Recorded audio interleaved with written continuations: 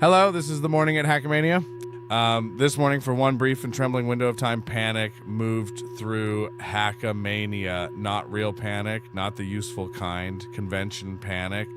The kind that begins online, travels through the damp, digestive tubing of the internet, and arrives in a hotel lobby already bloated with rumor.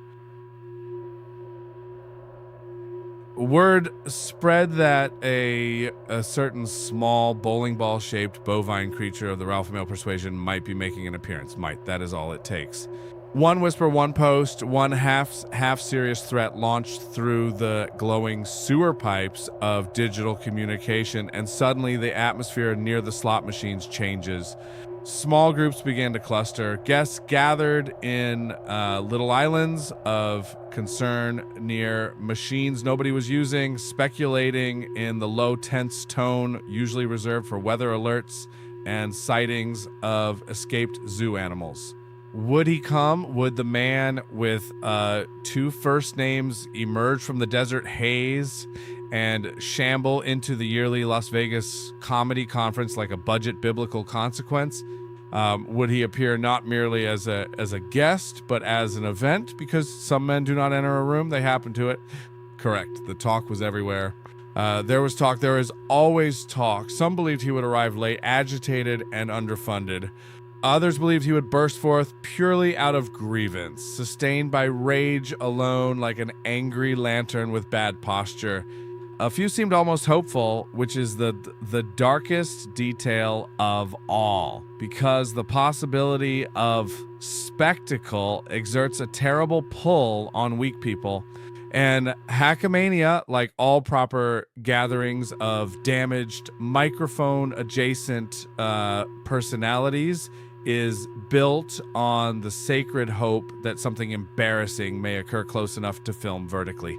But then, as so often happens in this life, capitalism intervened, and capitalism, for all its flaws, remains one of the great stabilizing forces against certain categories of disaster. Because travel costs money, gas costs money, hotels cost money, airfare costs money, and theatrical arrival, however spiritually rich, still requires payment processing. That is where the panic began to deflate, not with bravery, not with diplomacy, with economics.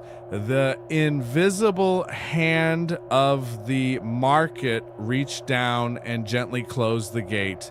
For all the online thunder, all the swelling possibility, all the whispered talk of spectacle, confrontation, and hotel lobby mythology, the simple truth remained. Attendance requires funding, and the funding was not there. So the crisis passed, the clusters near the slot machines dissolved. The rumor cooled. The yearly Las Vegas comedy conference was spared one more layer of avoidable mass. A few disappointed faces remained, though none would admit to disappointment. They had wanted safety, of course. Purely safety, certainly not chaos, certainly not the arrival of a man whose whole public aura suggests the phrase, last known location. And so the morning settled, the machines went back to blinking, the carpet resumed absorbing history, and Hackamania continued on, protected not by courage, nor by policy, nor by any functioning moral framework, but by the simple majesty of insufficient funds. Also, the free market has prevented many tragedies, but few as specifically as this one. That was the joke. Of course. Good night.